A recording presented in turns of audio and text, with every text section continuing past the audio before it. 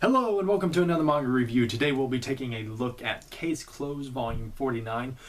But before I get to that, let me talk a little bit about what these videos are going to be about and so on. So basically my plan in these videos is I'm going to be reviewing the Case Closed volumes one by one as I read them and talk about them a little bit. I don't want to spoil it too much, and I don't want anyone that's read very far ahead because we're basically like halfway through the story of what's out in Japan over here in America. So for those of you that have read all the way up, don't leave any comments spoiling it because I don't want to spoil it for me and I don't want to spoil it for the people that don't read the scans and that just read the books. I'm going to be talking about the books and I'm not really going to tell who did what in the stories. I'm just going to give my thoughts on it. I also want to say that I'm going to be doing other series as well in the future, probably after this video, whenever I get the time. Basically, I want to start reviewing Air Gear. I'm going to review that one not one volume at a time, but over a few arcs at a time and talk about Air Gear because that's a series I've been wanting to reread for a little bit now.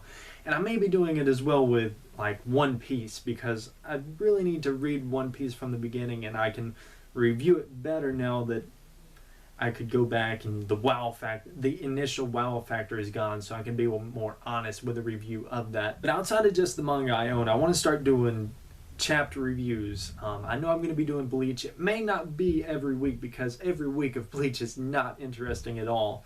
I may do every 2 weeks or maybe even once a month, just review all 4 or 5 chapters that came out that month. So that's something I want to start doing. And there's also a couple of monthly series that I want to start reviewing, Nanato Kaoru and maybe a couple of other ones that I enjoy. But anyway, enough of that. Let's get on with this manga review. So this volume picks up where the other one left off, where we're introduced to some new Men in Black characters, and it's a little Men in Black story. Basically, the Men in Black want to assassinate this guy running for candidacy, and Conan goes to stop them, but he also runs into Miss Jody, which is really interesting because I don't think we've seen her for a while. I really like that character, the FBI agent. I think that's her name, Miss Jody.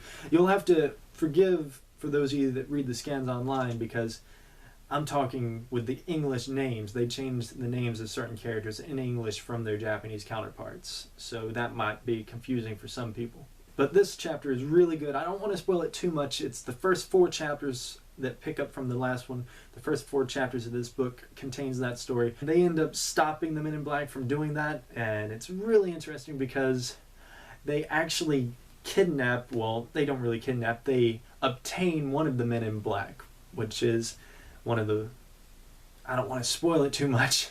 It's really hard not to spoil this. Anyway, they get one of the characters, one of the Men in Black, and they have them throughout the story, and they're like in a coma because they had to stop them, and that's the only way they was able to get this person from the Men in Black. So I'm really interested to see how that takes light in the future and how that plays out. But overall, I really enjoyed this arc, well, this mini arc thingy, and it was really good.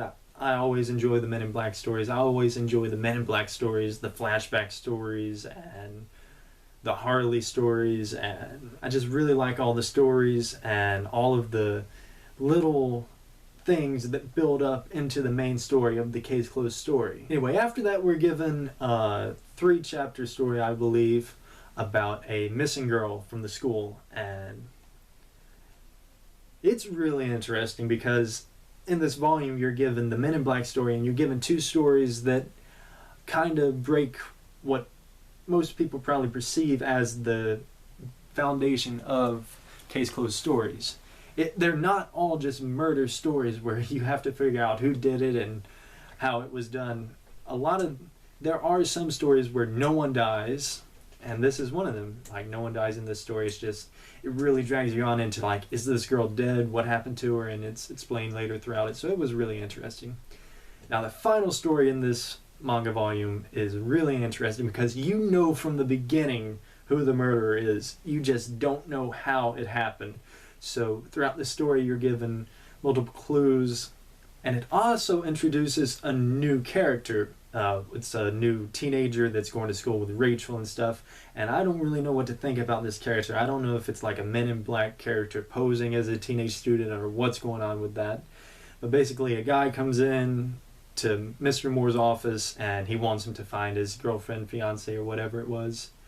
and you just know that he's the one that did it, but you have to figure out how he did it. Overall, I really enjoyed the manga volume. Very interesting. Really looking forward to the next one.